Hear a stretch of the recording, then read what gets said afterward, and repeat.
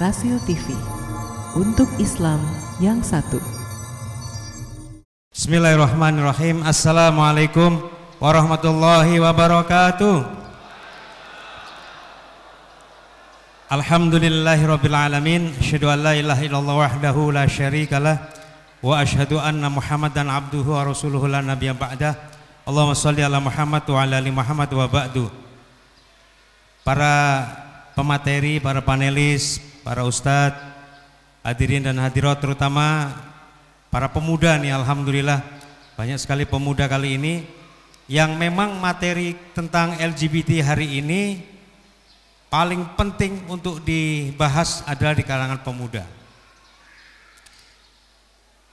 Para ikhwan dan sekalian, LGBT ini bukan lagi sekedar gaya hidup, tetapi sudah menjadi ancaman nasional bahkan internasional. Begitu mengancamnya sampai-sampai Presiden Amerika Serikat Donald Trump itu melarang merekrut calon militer dari LGBT. Trump dibully habis-habisan di situ. Seugal-ugalannya Donald Trump itu tidak mengizinkan LGBT masuk militer. Bayangkan kayak apa itu? Karena dia tahu LGBT ini merusak. Dan dia tidak mau disibukkan dengan berbagai permasalahan di kalangan tentara menular virus LGBT. Ya, dan kalau orang sudah kena perilaku LGBT, itu biaya pengobatannya tinggi. Donald Trump tidak mau mengeluarkan extra cost untuk menutup pembiayaan akibat penyakit-penyakit menular LGBT. Itu Donald Trump, Pak. Apalagi kita nih, ya. Dan kita mestinya lebih hati-hati karena LGBT ini memang subhanallah merusak kita. Nanti ada beberapa kasus yang ingin saya ungkap di sini, ya. Saya ingin mulai dari LGBT, mengapa penting untuk kita tolak. Next anu ya. Terus. Nah, ada satu ayat di dalam Al-Quran yang saya yakin tadi sudah dibahas dalam surah Al-A'raf ayat ke-80. A'udzubillahi minasyaitonir rajim.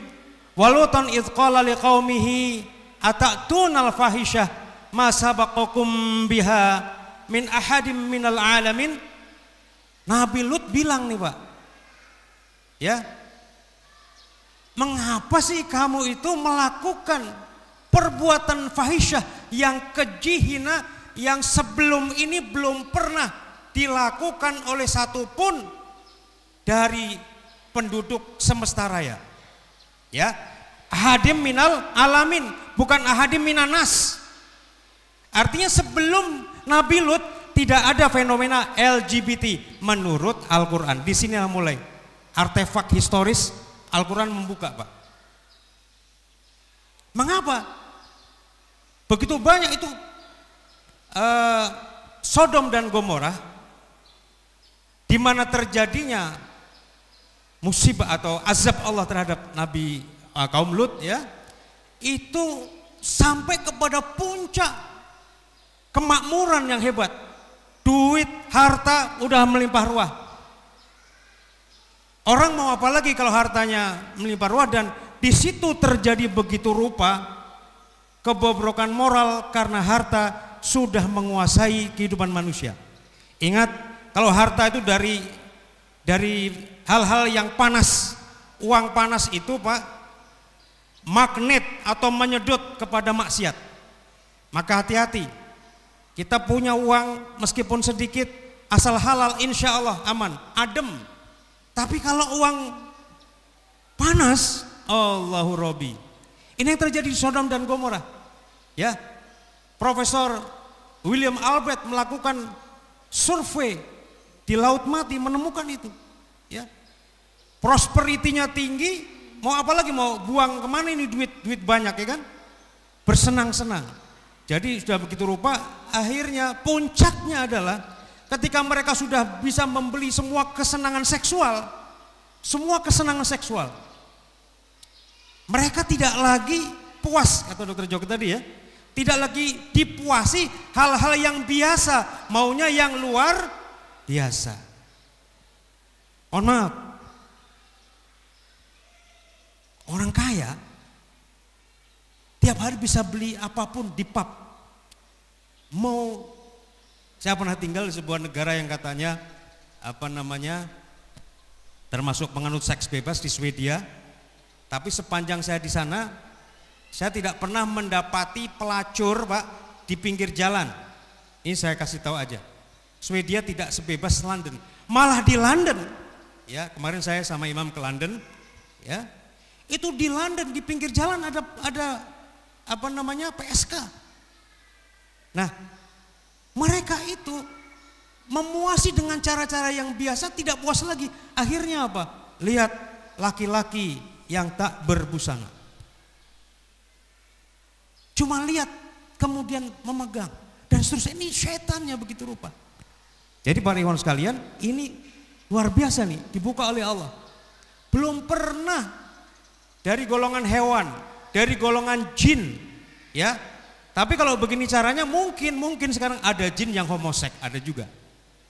Ya, kalau dilihat dari sini ya, ini para mufasir mestinya paham itu. Gimana Pak? Nah, meniru manusia yang sesat itu, karena ada jin juga sesat ya. Nah, tapi kita nggak pernah lihat ada ayam jago itu berkejar-kejaran sama ayam jago lagi, nggak ada kan? Nggak ada Pak, nggak pernah ada ya. Masya Allah. Next, kita lanjut. Ini surat Al-A'raf. Kemudian fenomena LGBT. Next terus saja. Oke, LGBT ini propagandanya dahsyat sekali. Bahkan mohon maaf, medsos komunitas LGBT sekarang sudah marak dan tidak punya malu. Betul nggak Pak? Allahu Akbar. Saya lihat di YouTube baru 2 hari yang lalu. Ya, anak muda Indonesia lagi. Ya.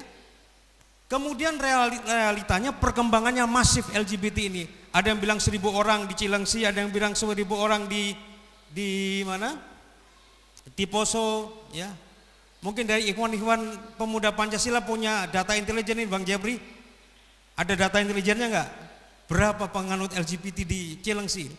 Ini ikhwan kita Bang Jabri dari pemuda Pancasila ya. Jadi kita mesti tahu dikontrol sini. Dan kemarin ikhwan-ikhwan pulang dari Palu, katanya juga di Palu ada komunitas LGBT. Dan komunitas LGBT ini menjadi sebab turunnya azab Allah. Komunitas itu melakukan gerakan penularan sedunia. Kalau orang lain berkembang biak melalui perkawinan lain, tapi LGBT ini nggak bisa berkembang biak Pak. Laki-laki kawin sama laki-laki berkembang biak seperti apa? Perempuan sama perempuan, ya kan? Akhirnya mereka melakukan apa? Gerakan penularan. Dan ini terjadi Pak. Terjadi. Penularannya baik sifatnya terselubung dengan halus maupun kasar terang-terangan. Ada kasus, ada mahasiswa yang saya pernah bina. Ini di pengajian Pak. Dosen dia bilang, Pak Agus sebentar lagi ada mahasiswa saya, dia berusaha tobat dan keluar dari komunitas gay. Dia memang datang ke pengajian 2 kali Pak. Sebelum datang sudah ketuk pintu dulu kan. Yang masuk suara dan harum baunya dulu Pak. Ini orang-orang harum ya. Orang LGBT harum-harum semua ya. Kemudian dia ikut pengajian, kita kasih nasihat. Setelah 2 kali pertemuan tidak datang lagi ke pertemuan berikutnya. Dosennya bilang ke saya, Pak minta maaf, tak ada lagi harapan. Karena apa? Dia boleh mau tobat Pak, boleh mau tobat. Tapi kekasihnya yang laki-laki dan kebetulan itu warga negara Filipino Pak, ganas. Ya, komunitas ini kalau ada anggotanya menyempal dicari dan dibunuh Pak. Ya, dan memang ada beberapa kasus 2 tahun 2014 sampai 2016 23 kasus di Polri itu karena pembunuhan tersangkut LGBT ya. Next. Sebentar sebelumnya. Dana besar pun dikucurkan oleh lembaga dunia atas dalihnya apa? Persamaan hak asasi manusia. Oke Pak, kita kasih sayang sama mereka. Tapi kalau mereka merusak generasi kita gimana Pak? Mohon maaf. Predator. Sekali lagi Bu, ibu-ibu nih. Predator LGBT ini di sekitar kita banyak. Ada kawan saya dosen, orang Madura. Dia diselamatkan oleh Allah karena ketika kecil dikumpulkan sama teman-temannya, diajak makan, dikasih macam-macam kesenangan sama seorang oknum TNI. Ini oknum TNI saya bilang. Oknum ya Pak ya, bukan anggota TNI yang sah. Dan dengar-dengar belakangan dia desersi. Itu dikerjai, mohon maaf, disodomi. Dan anak-anak kalau sudah berkali-kali dimolestasi, ya dimolestasi itu digerayangi, kemudian disodomi, mempunyai pengalaman traumatis yang panjang dan lama. Dan bisa menjadi sebab, Dr. Joko udah bicara itu belum tadi? Belum ya? Menjadi sebab dia juga terjerumus kepada perilaku homoseksualitas. Maka itu ibu-ibu, mohon maaf. Saya bukan benci kepada sementara anak manusia, tidak. Tapi kalau ada bencong sekitar kita, jangan boleh masuk ke lingkungan di mana banyak anak-anak. Ya, bukan saya benci, bukan. Mohon maaf. Tapi kalau anak kita dikerjai sama mereka, hak asasi manusia mana yang membela mereka? Betul tidak? Ya. Banci, bencong, apapun namanya Pak ya, Masya Allah. Dan mereka itu tidak kelihatan, tapi eksis. Dukungan orang-orang kuat Pak, waduh. Saya tidak tahu menteri mana di jajaran kabinet kita atau orang kuat mana di DPR RI yang mendukung pro LGBT, termasuk mohon maaf, termasuk salah seorang menteri kita itu mengajak kita menerima mereka sebagai, ya karena dia pejabat publik ya, supaya tidak diserang ya. Tapi kalau dalam posisi saya sebagai seorang pendidik, saya katakan no for LGBT ya. Saya katakan tidak, bentuknya apapun LGBT tidak kita terima ya. Oke, ada berbagai kasus Pak untuk terapi Pak, tapi tingkat keberhasilannya dibandingkan tingkat kegagalannya, banyak kegagalannya. Dan orang-orang penganut LGBT ini nanti belakangannya Masya Allah, penyakit paling tinggi adalah penyakit AIDS ya, dan lain-lain. Dahsyat. Ada kejadian anak remaja kena AIDS, kenapa? Dia dari orang baik-baik, tapi dikerjai sama predator ini Pak. Ya. Dia tidak punya lagi masa depan. Maka itu, mohon maaf, ini memang harus kita perhatikan, jaringan mereka luas, tersembunyi, mohon terang-terangan next Mas. Perilaku sosial LGBT, ternyata LGBT ini sudah menjadi sekte. Kalau ada orang menyebut sekte, ada sekte keagamaan Pak ya. Sekarang LGBT itu jadi sekte seksual. Yang dipuja apa? Bukan pagan, bukan patung, bukan berhala, bukan Tuhan palsu. Yang disembah adalah nafsu, syahwat, libido seksual. Ya, pola perilakunya sama dengan perilaku penganut sekte yang lain, eksklusif. Ya, mereka punya kode-kode komunikasi tertentu, mereka punya ciri-ciri komunitas tertentu, konon, ya, membedakan orang punya anting kalau laki-laki ya. Kalau yang anting kanannya itu antingnya sebelah kanan itu gay.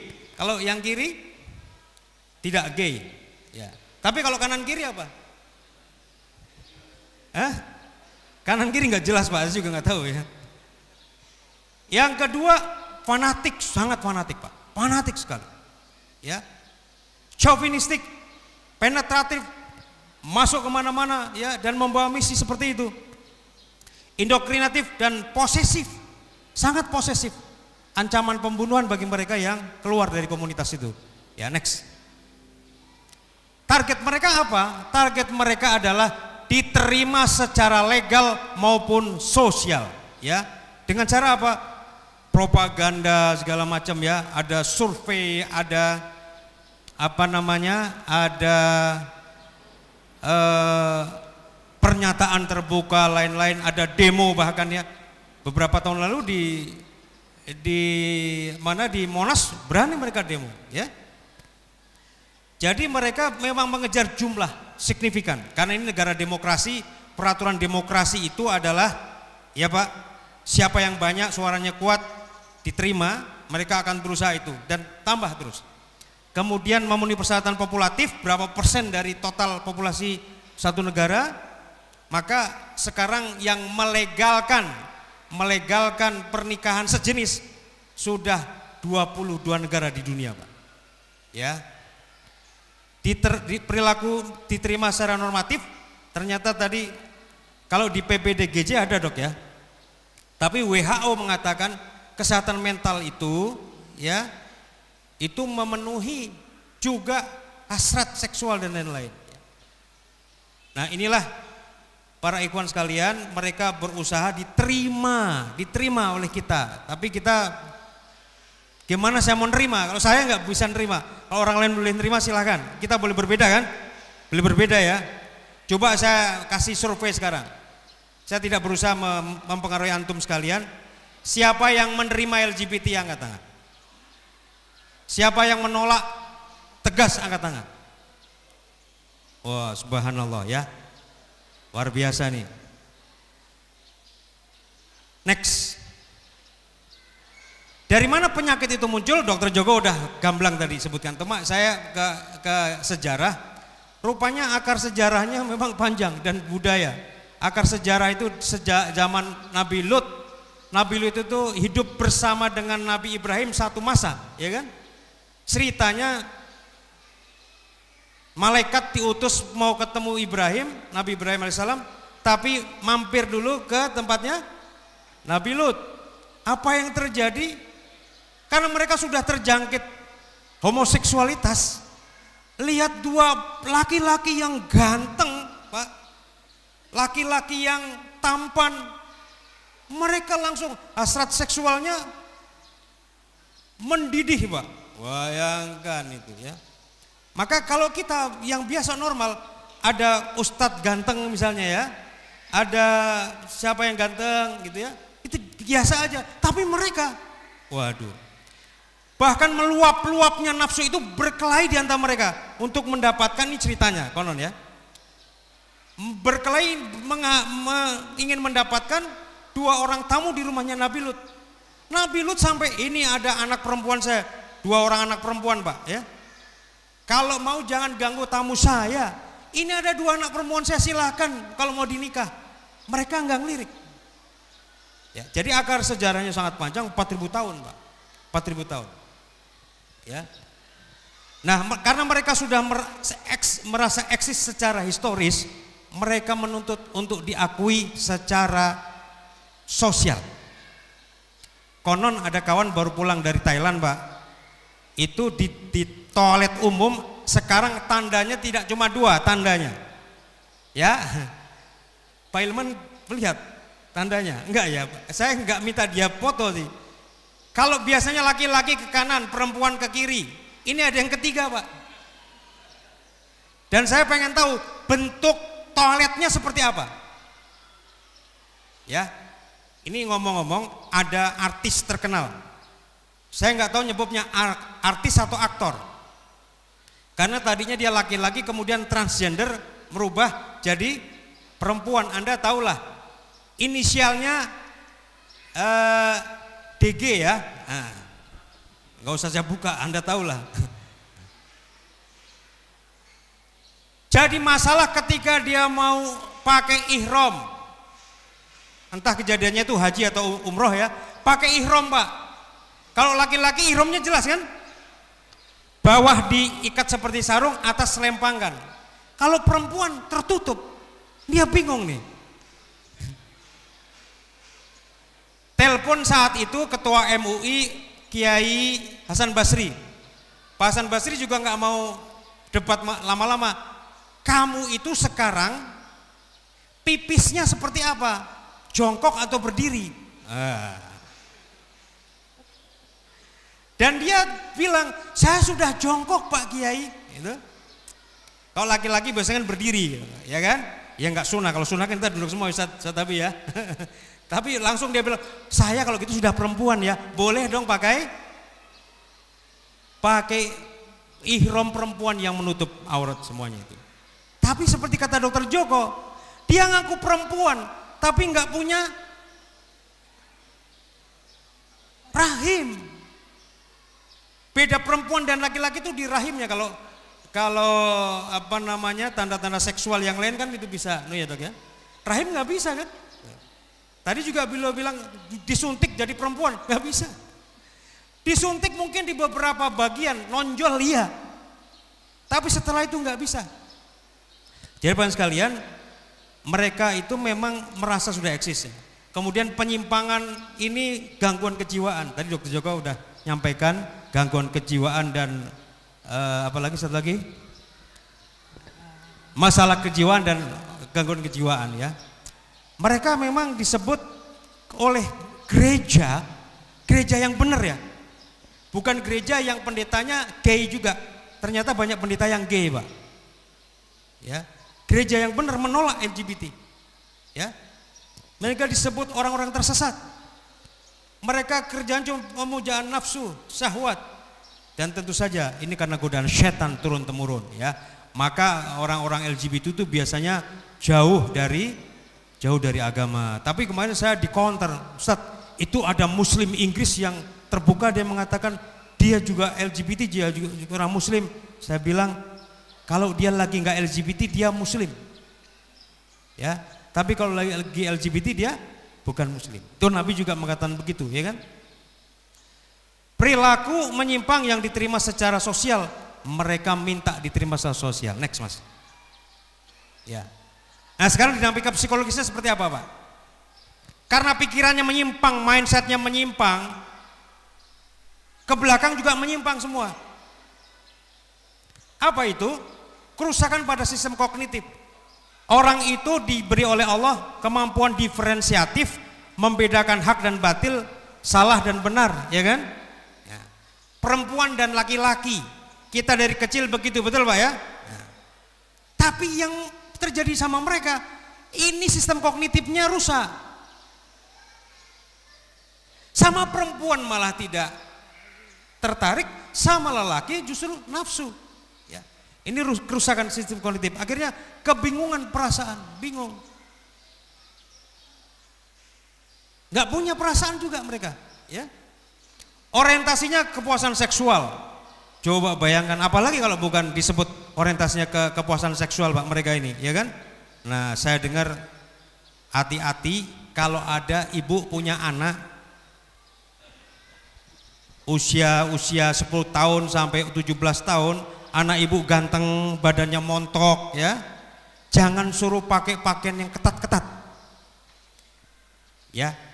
Saya melihat rupanya ancaman kita sekarang bukan anak-anak perempuan, Pak, yang dibiarkan kos di tempat perempuan, tetapi anak laki-laki kos di tempat laki-laki pun jadi masalah sekarang. Ya, hati-hati.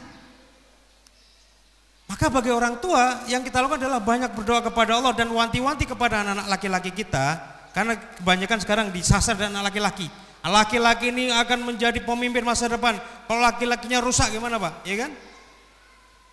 Nah, karena tidak ada moral kompas atau kompas moral, mereka tidak punya kendali. Apa yang terjadi? Kok lihat laki-laki cantik Pak, laki-laki ganteng, mereka masih akan deketi dan dikejar. Ya, dikejar. Nah ini ya, kacamatanya kacamata itu aja, kacamata LGBT. Dan mereka tidak punya rasa malu. Ya. Mohon maaf. Kok Ustaz dari tadi yang jelek-jelek aja tentang mereka? Lah Qur'annya bilang gitu kok. Qur'annya bilang begitu, ya. Nah, melihat orang lain seolah sama dengan dirinya. Nah, kalau dilihat orang lain ya, itu dideketi Pak. Ini ada ustadz, kawan saya ustadz. penampilannya kayak Ustadz Salafi lah ya. Ustadz Salafi kayak apa penampilannya Pak? Jenggotnya panjang ya, pakaiannya gombrang.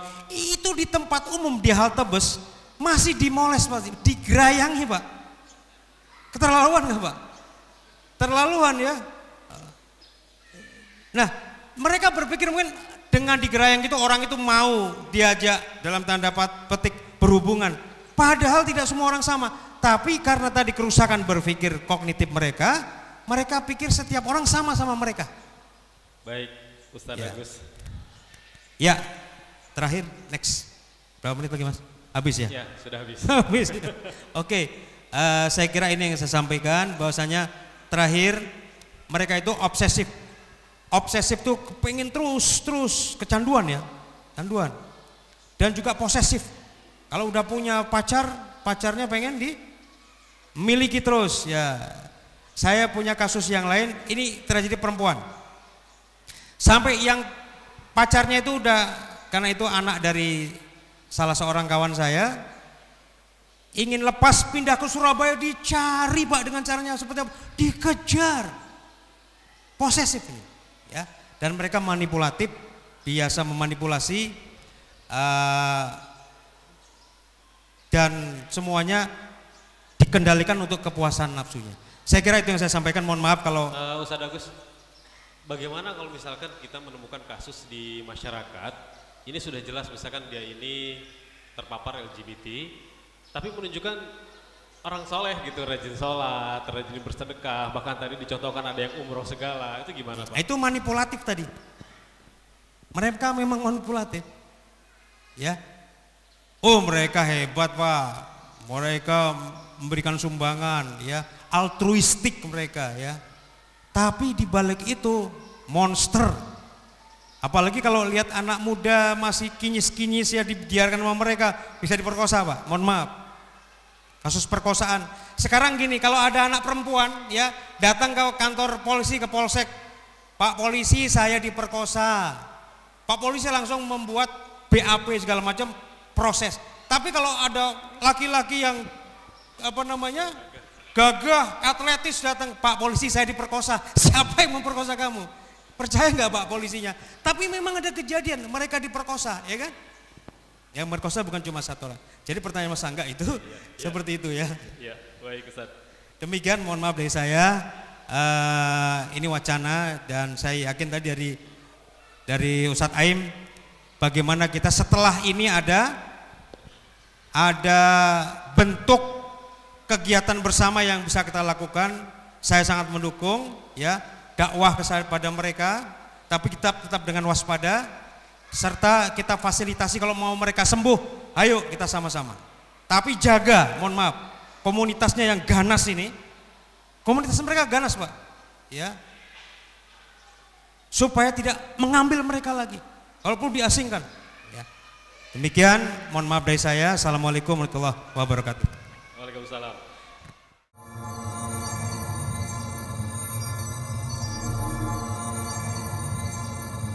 Rasil TV, untuk Islam yang satu.